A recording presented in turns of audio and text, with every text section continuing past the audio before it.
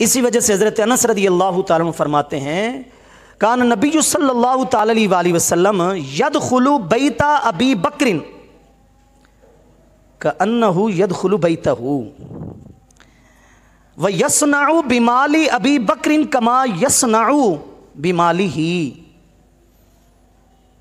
کہ آپ علیہ الصلوۃ والسلام حضرت ابوبکر صدیق رضی اللہ تعالیٰ عنہ کے گھر میں ایسے داخل ہویا کرتے تھے جیسے اپنے گھر میں جا رہے ہوں، اور حضرت ابوبکر صدیق رضی اللہ تعالیٰ عنہ کے مال میں ایسے تصرف کیا کرتے تھے جیسے اپنے مال میں بندہ تصرف کرتا ہے۔ کان یقضی فی مال ابی بکر کما یقضی الرجل فی مال نفسہ، جیسے انسان کی اپنے مال میں مرضی ہوتی ہے، جب چاہا جہاں چاہا جتنا چاہا خرچ کر دیا، آپ علیہ الصلوۃ والسلام بھی حضرت ابوبکر صدیق رضی اللہ تعالیٰ عنہ کے مال میں ایسے ہی مرضی کیا کرتے تھے۔ یہ چیز کہاں ہوتی ہے بھائی؟ بڑے سے بڑا باعتماد دوست ہوتا ہے نا، بڑے سے بڑا باعتماد دوست ہوتا ہے، جگری یار ہوتا ہے، لیکن گھریلو امور میں کہیں نہ کہیں کچھ نہ کچھ معاملات پردے داری کے بھی ہوتے ہیں، کچھ نہ کچھ فرق بھی رکھا جاتا ہے، سماجی حوالے سے اس کے بڑے فوائد بھی ہیں۔ لیکن سرکار کا حضرت ابوبکر کے گھر میں یوں بے تکلف آنا جانا جیسے اپنے گھر میں آ جا رہے ہوں، اس بات کی نشاندہی کرتا ہے کہ آپ علیہ الصلوۃ والسلام کی بارگاہ میں حضرت ابوبکر صدیق کا بہت بڑا مقام تھا، جتنا بیان کیا جائے کم ہے۔ اور یہ سارے کا سارا مقام اور یہ سارے کا سارا رتبہ حضرت ابوبکر صدیق رضی اللہ تعالیٰ اس کی واحد وجہ آپ علیہ الصلوۃ والسلام کی نسبت کو قرار دیا کرتے تھے۔ حضرت ابوبکر صدیق رضی اللہ تعالیٰ عنہ کے لیے ایک بات آپ علیہ الصلوۃ والسلام نے کسی ایک محفل میں نہیں کی، بارہا فرمائی ہے، ایک مرتبہ نہیں بارہا فرمائی ہے۔ آپ علیہ الصلوۃ والسلام اکثر محفل میں یہ بات فرمایا کرتے تھے کہ ما نفعنی مال احد قط ما نفعنی مال ابی بکر، اس لیے اس روایت کا کوئی ایک راوی نہیں ہے کہ جس نے ایک بار سنا ہو، کئی اسناد سے کئی راویوں سے یہ بات آئی ہے کہ حضور کو ہم نے یہ بھی فرماتے ہو سنا، ہم نے ایک موقع پر بھی یہ فرماتے ہو سنا کہ آپ علیہ الصلوۃ والسلام نے فرمایا کہ مجھے اور میرے دین کو جتنا نفع ابو بکر کے مال سے پہنچا ہے اتنا نفع کسی اور کے مال سے نہیں پہنچا۔ حضرت عثمان غنی رضی اللہ تعالیٰ نے کو مال کم تو خرچ نہیں کیا، غزوہ تبوک کی تاریخ پڑھیے، جب حضور نے اعلان فرمایا پیچھے کا دگنا آ کر دیا۔ لیکن حضرت ابوبکر صدیق نے چونکہ اسلام کے آغاز میں مال خرچ کیا، اور اسلام کے آغاز میں مال کی جتنی ضرورت تھی وہ ضرورت پھر بعد میں نہ رہی، اس لیے آپ علیہ الصلوۃ والسلام نے ایک جگہ نہیں کئی جگہ فرمایا کہ جتنا نفع مجھے ابوبکر کے مال سے پہنچا ہے اتنا نفع کسی اور کے مال سے نہیں پہنچا۔ اور گزشتہ خطبے میں یہ حدیث آپ کو سنا چکا ہوں کہ حضور نے فرمایا ہر ایک کے احسانات کا بدلہ ہم نے چکا دیا، ابو بکر کے احسانات باقی ہیں، جو ان احسانات کا بدلہ خود رب العالمین بروز حشر عطا فرمائے گا۔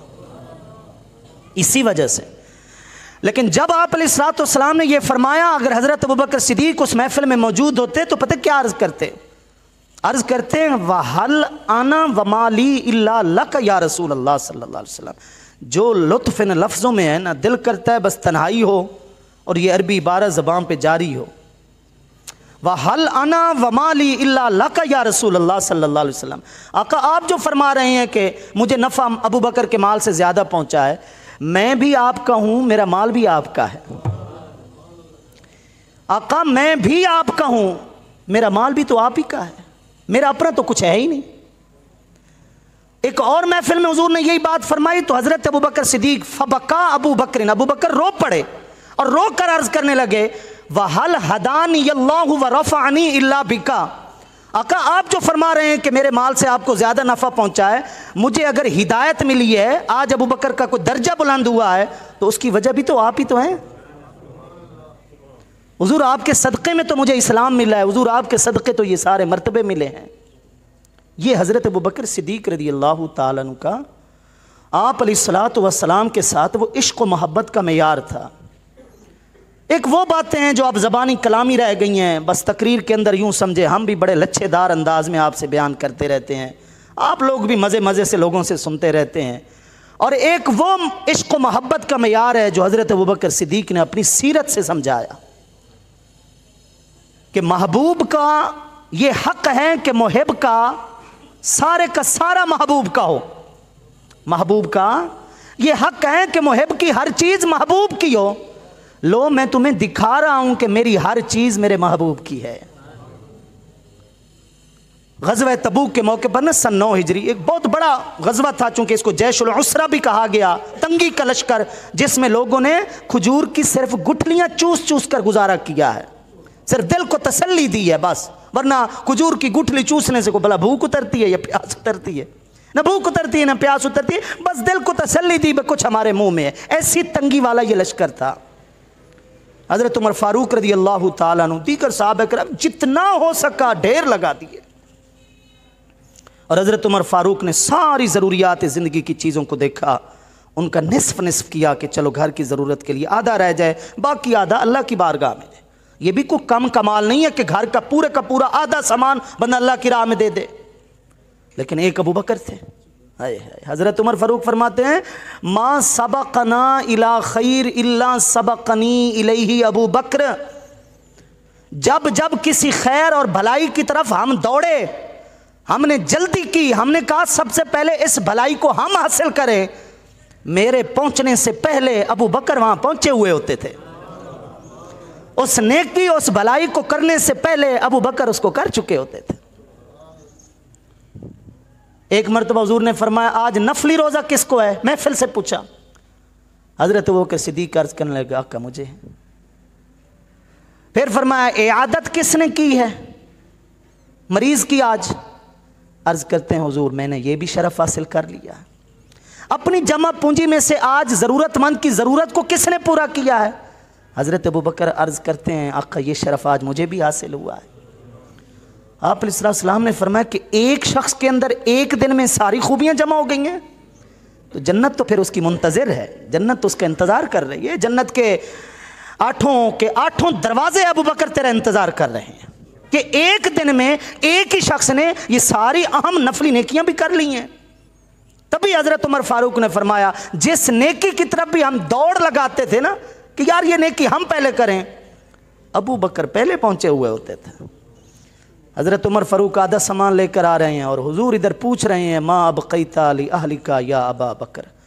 ابو بکر گھر والوں کے لیے کچھ چھوڑ کر آئے. عرض کرتے ہیں ابقیت لہم اللہ ورسولہ. گھر بھی تو آپ ہی کا تو ہے، اللہ کا نام چھوڑ کر آیا ہوں اور اس کے محبوب کا نام چھوڑ کر آیا ہوں. کہاں سے آئے یہ عشق و محبت کا معیار؟ یہ کہاں سے آیا میرا بھائی؟ ابقیت لہم اللہ ورسولہ. اس لیے علامہ اقبال نے کہا کہ جیسے پروانے کے لیے سارے کا سارا جہان شمع ہے نا، بس اس کو شمع چاہیے، کچھ نہیں چاہیے. اور بلبل کے لیے سارے کا سارا جہان پھول ہے، باغ ہے، چمنستان ہے، نخلستان ہے، دبستان ہے، گلستان ہے، کچھ بھی اسے نہیں چاہیے، بس وہ کہتا ہے میں ہوں اور صرف کوئی نہ کوئی باغ ہو. تو صدیق اکبر کے لیے ایک ہی جہان ہے اور وہ حضور ہیں، محبوب ہیں، رب کے رسول ہیں. صدیق کے لیے ہے خدا کا رسول. بس صدیق کو اگر چاہیے تو اللہ کا رسول چاہیے، اور جسے اللہ کا رسول مل جائے اسے اور چاہیے بھی کیا. یہ حضرت ابوبکر صدیق رضی اللہ تعالیٰ عنہ نے آپ علیہ الصلوۃ والسلام کی بارگاہ میں عملی طور پر عشق و محبت کا معیار پیش کیا.